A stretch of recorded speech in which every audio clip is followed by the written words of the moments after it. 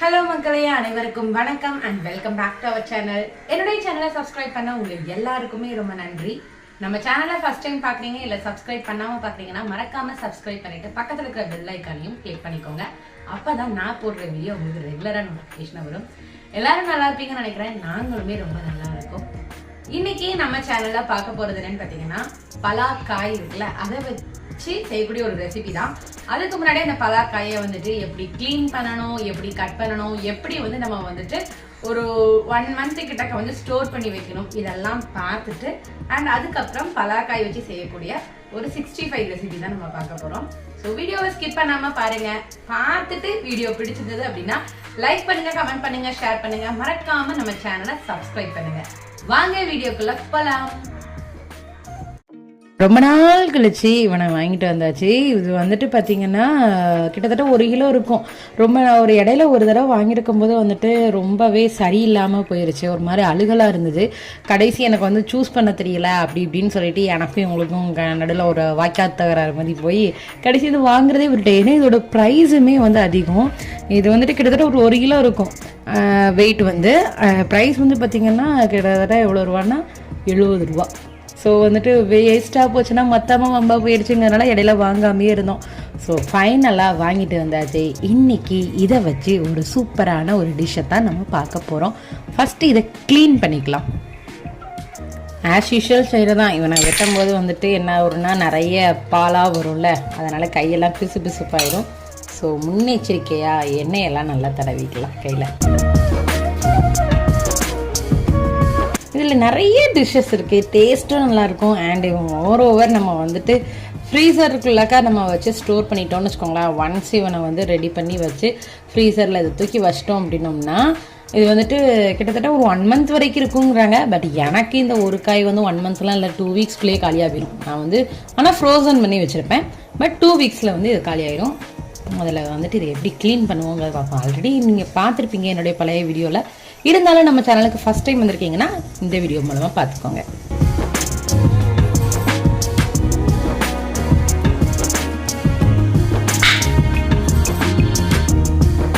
பார்த்தீங்களா, பாலாக வருது.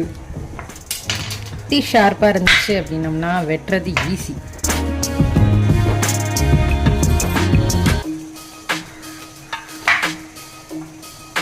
பரவாயில்ல, இந்த தடவை கொஞ்சம் நல்ல காயாக தான் பார்த்து எடுத்துருக்கேன். ஆக்சுவலி இது பக்கத்தில் நெய்பர்ஸ்டெல்லாம் கேட்டிருந்தேன் எப்படி சூஸ் பண்ணுறதுங்கிற மாதிரி.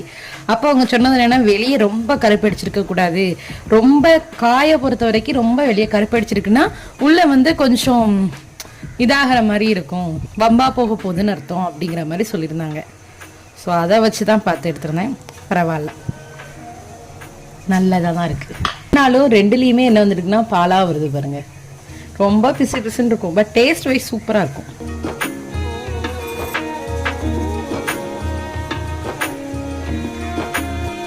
வெட்டுறதுக்கு கொஞ்சம் கஷ்டமாக இருக்குன்னா அந்த பகுதியாக நம்ம வெட்டிட்டோம்னா அதோடைய தொலியை வந்துட்டு நமக்கு ரிமூவ் பண்ணுறதுக்கு கொஞ்சம் ஈஸியாக இருக்குது.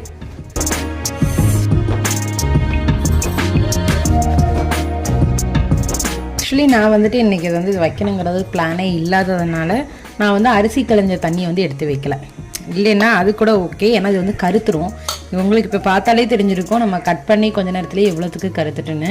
ஸோ இன்னும் நம்ம துண்டாக கட் பண்ணுறதுக்குள்ளாக்கா வந்துட்டு என்னென்னா கட்டாயம் இந்த கருத்து போயிடும். ஸோ அதனால் அரிசி களைஞ்ச தண்ணி இருந்ததுன்னா நீங்கள் அந்த தண்ணி யூஸ் பண்ணிக்கலாம். அப்படி இல்லாத பட்சத்துக்கு வந்துட்டு மோர் இருக்குல்ல, அதை ஊற்றிக்கிட வேண்டியதான். கட் பண்ணும்போது நான் இந்த இடத்துல இது இருக்குது பார்த்தீங்களா, எங்கள் தண்டு பகுதி, அது வந்து ரொம்பவும் ஃபுல்லாகவும் எடுத்துடக்கூடாது. அதே மாதிரி அதோட சேர்த்தும் நம்ம வச்சுக்கிட வேண்டாம். ஓரளவுக்கு நம்ம இந்த கோஸ்லாம் விட்டும் போது எடுப்போம்ல, அந்த மாதிரி எடுத்துக்கிட்டால் போதும். உங்களுக்கு பார்த்தாலே தெரிஞ்சிருக்கா. ஸோ இப்போ இதை வந்து குட்டி குட்டியாக உங்களுக்கு என்னென்ன ஷேப்பில் வேணுமோ அந்த மாதிரி நம்ம கட் பண்ணிக்கலாம். இப்படி க்யூபாக கட் பண்ணி வச்சுக்கிறேன்.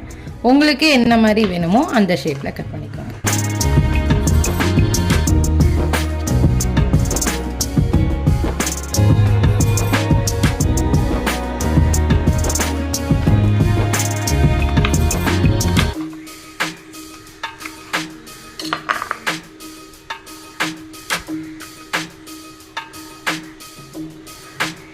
செஞ்சாச்சுன்னா கட் பண்ணியாச்சு. சூப்பராக கட் ஆயிருச்சு. பார்க்கறதுக்கே தமா துண்டு காய் மாதிரி இருந்ததில் பார்த்தீங்களா எவ்வளோ பெருசுக்கு வந்திருக்குன்னு. ஒரு சட்டி நிறைய இருக்குது, இவ்வளோ இது வரும். ஸோ இதை வந்துட்டு நம்ம ஒரு 1 month கிட்டக்க வந்துட்டு என்ன செய்யலாம்னா ஃப்ரீசரில் வச்சு யூஸ் பண்ணலான்னு சொல்லுவாங்க. பட் எனக்கு மேபி ஒரு 2-3 வீக்ஸ்க்குள்ளே தான் போகும். 2 வீக்ஸ் தான் அதிகபட்சமே போகும். சரி, நம்ம இதை வந்துட்டு ஃபஸ்ட்டு எப்படி ஃப்ரிட்ஜில் ஸ்டோர் பண்ணலாங்கிறத முதல்ல பார்த்துக்கலாம். குக் பண்ணிட்டு தான் நம்ம வந்துட்டு என்ன செய்ய போகிறோம்னா ஃப்ரிட்ஜில் ஸ்டோர் பண்ணி வைக்க போகிறோம். அதாவது ஃபுல் குக்கில் ஒரு 3/4 வேக்காடு மட்டும் வேக வைக்க போகிறோம். ஃபஸ்ட்டு அதுக்கு நம்ம என்ன செய்யணும்னா ஒரு குக்கரில் கொஞ்சமாக வந்துட்டு கல்லுப்பு போட்டுக்குவோம். வந்துட்டு நம்ம ஏன்னா சமையல் செய்யும் போது நம்ம ஆக்சுவலி இன்னும் கொஞ்சம் உப்பு ஆட் பண்ணுவோங்கிறதுனால கொஞ்சமாக போட்டுக்கிட்டால் போதும். அதாவது ஒரு 1/4 ஸ்பூன் கிட்டக்க பேருக்கு போட்டுக்கிட்டால் போதும். கல் உப்பு போட்டுட்டு அப்புறம் கொஞ்சமாக வந்து என்னதுன்னா ஒரு பிஞ்ச் அளவுக்கு மஞ்சள் பொடி.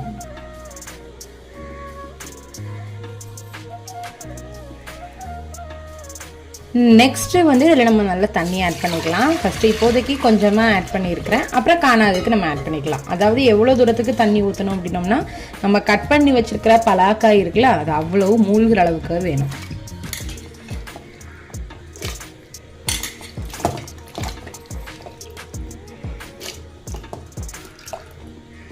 இந்த தண்ணியே போதுமானது. ஏன்னா உங்களுக்கு வந்துட்டு நல்லாவே என்ன செஞ்சுருக்குன்னா பலாக்காய் வந்துட்டு மூழ்கிற அளவுக்கு தண்ணி இருக்குது. இதை வந்துட்டு ஒரு 2 விசில் மட்டும் வச்சாலே போதும், தாராளமாக தாயிரும். குழந்தைங்களுக்கு நீங்கள் கொடுக்குறீங்க அப்படின்னீங்கன்னா ஒரு 3 விசில் கிட்ட வச்சுக்கலாம். இல்லைன்னா நார்மலாக எல்லாருக்குமே என்னென்னா 2 விசில் போதும். இப்போ பாப்பா நல்லாவே என்ன செய்யறாங்கன்னா கடிச்சு சாப்பிட்றாங்கிறதுனால நான் இப்போ வந்து 2 விசில் மட்டும் தான் வைக்க போகிறேன்.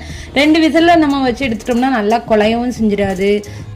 65 பண்ணுறது, அதுக்கப்புறம் வந்துட்டு இந்த பக்கோடா இந்த மாதிரி நம்ம வந்து ஸ்நாக்ஸ் ஐட்டம்ஸ்லாம் செய்கிறதுக்கு வந்துட்டு ரொம்ப குழஞ்சிருச்சுன்னா நல்லா இருக்காது. ஸோ அதனால் 2 விசில் வந்து தாராளமாக போதும். ஸோ இப்போ வந்துட்டு நம்ம வந்துட்டு அடுப்பில் வச்சிடலாம்.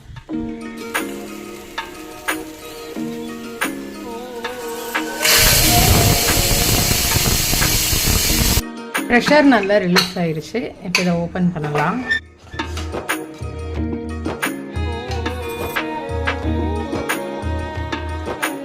பார்த்தாலே உங்களுக்கு தெரிஞ்சிருக்கும் நல்லாவே என்ன ஆயிடுச்சுன்னு பார்த்தீங்கன்னா வெந்துட்டு கொஞ்சம் நல்லா சாஃப்டாக இருக்குது. பார்க்க ஹார்டாக இருந்த மாதிரி இருக்கும், ஆனால் சாஃப்டாக நல்லா வெந்துடுச்சு. 2 விசில்லேயே நல்லா வெந்துட்டு தண்ணியை எடுத்துக்கலாம். இப்போ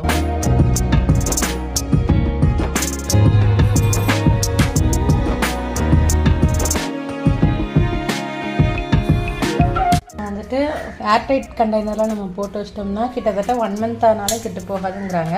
பட் நான் இது வரைக்கும் வந்துட்டு அப்படி வச்சதில்லை.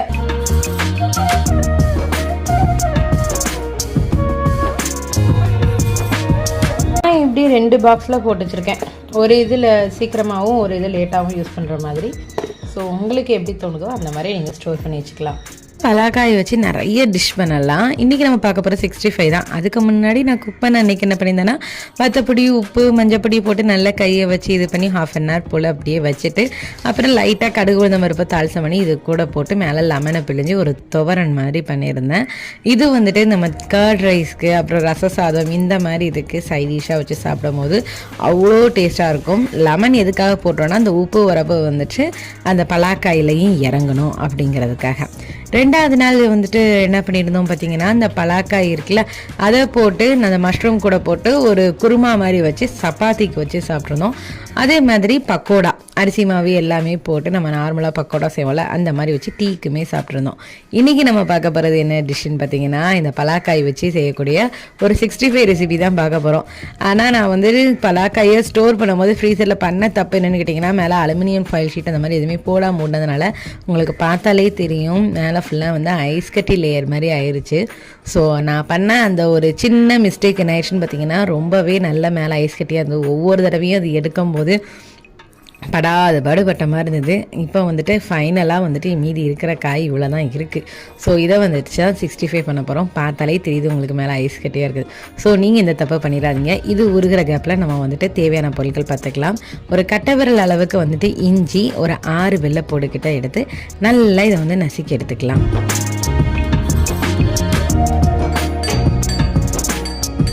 இஞ்சி வந்துட்டு ரொம்ப மையாக இருக்கணும்னு இல்லை, ஓரளவுக்கு வந்துட்டு இடித்ததுக்கு அப்புறமா வந்துட்டு நம்ம வந்துட்டு பெருஞ்சீரகம் சேர்க்க போகிறோம். பெருஞ்சீரகம் முற்றிலும் ஆப்ஷனல் தான். நான் வந்துட்டு இன்றைக்கி ஒரு 1/4 ஸ்பூன் அளவுக்கு வந்துட்டு பெருஞ்சீரகம் சேர்த்துக்கிறேன். நம்ம வந்து கரம் மசாலா அந்த மாதிரி எதுவுமே சேர்க்க போகிறதில்ல. இதையும் போட்டு நல்லா ஃபைனாக நம்ம இடிச்சிக்கலாம். எவ்வளோ தூரத்துக்கு இடிக்க முடியுமோ அவ்வளோ தூரத்துக்கு. அண்ட் அதுக்கப்புறம் நம்ம சேர்க்கக்கூடிய மாவு, அதாவது பைண்டிங் பண்ணுறதுக்கு போடக்கூடிய மாவு எல்லாமே சேம் அளவாக தான் இருக்கணும்.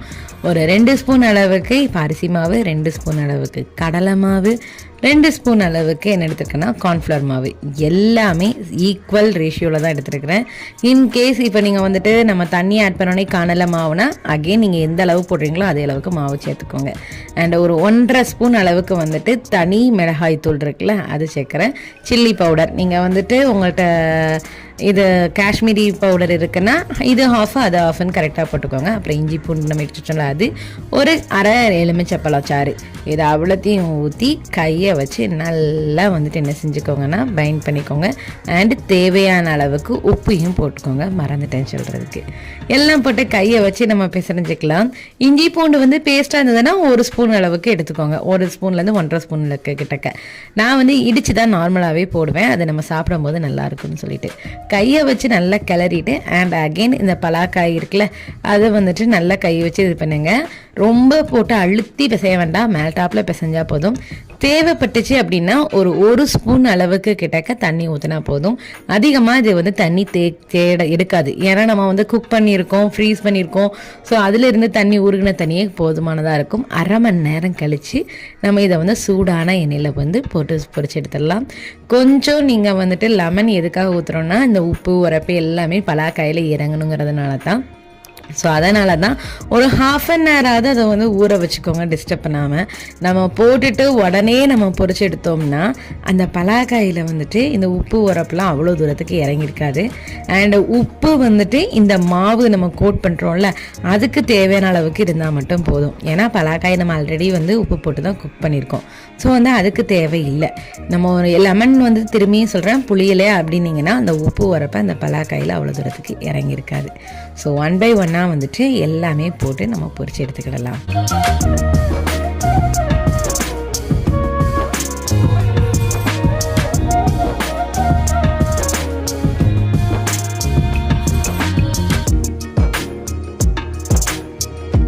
ரொம்பவே டேஸ்ட் அண்ட் ஈஸியாக செஞ்சிடலாம். இந்த பலாக்காய் வந்துட்டு பார்த்தீங்களா எவ்வளோ கிறிஸ்பியாக இருக்குது. உங்களுக்கு சவுண்டை வச்சே நீங்கள் கேட்டு பார்த்துருப்பீங்க. அவ்வளோ கிறிஸ்பியாக க்ரன்ச்சியாக இருக்குது. நம்ம இந்த கார்ன்ஃப்ளவர் மாவு அதெல்லாம் சேர்த்ததுனால, அரிசி மாவு எல்லாமே ஈக்குவல் ரேஷியோவில் நம்ம சேர்த்ததுனால, ஸோ வந்துட்டு நீங்களும் இது வீட்டில் வந்து ட்ரை பண்ணி பாருங்கள். குழந்தைங்கள்லேருந்து பெரியவங்க வரைக்கும் கட்டாயம் விரும்பி சாப்பிடுவாங்க. நம்ம இந்த இது வந்துட்டு மெயினாக வந்துட்டு நம்ம வெரைட்டி ரைஸ் செய்வோம்ல அதுக்கு சைட் டிஷ்ஷாக வச்சு சாப்பிடும் போது அவ்வளோ டேஸ்ட் அண்ட் எம்மியாக இருக்கும். ஓகே மக்களே, ஃபைன். இந்த வீடியோ உங்களுக்கு பிடிச்சிருக்கும்னு நினைக்கிறேன். பிடிச்சிருந்தது அப்படின்னா லைக் பண்ணுங்கள், கமெண்ட் பண்ணுங்கள், ஷேர் பண்ணுங்கள். மறக்காமல் நம்ம சேனலை சப்ஸ்கிரைப் பண்ணிவிட்டு பக்கத்தில் இருக்கிற பெல் ஐக்கானையும் கிளிக் பண்ணிக்கோங்க. அப்போ தான் நான் போடுற வீடியோ ரெகுலராக உங்களுக்கு நோட்டிஃபிகேஷனாக வரும். இந்த வீடியோ உங்களுக்கு பிடிச்சதுன்னா உங்கள் ஃப்ரெண்ட்ஸ் அண்ட் ஃபேமிலிக்கு ஷேர் பண்ணுங்கள். மேலும் இன்னொரு இன்ட்ரெஸ்டிங்கான வீடியோவில் பார்க்கலாம். அது வரைக்கும் உங்களிடமிருந்து விடைபெறுவது உங்கள் லக்ஷ்மி. தேங்க்ஸ் ஃபார் வாட்சிங். பாய்.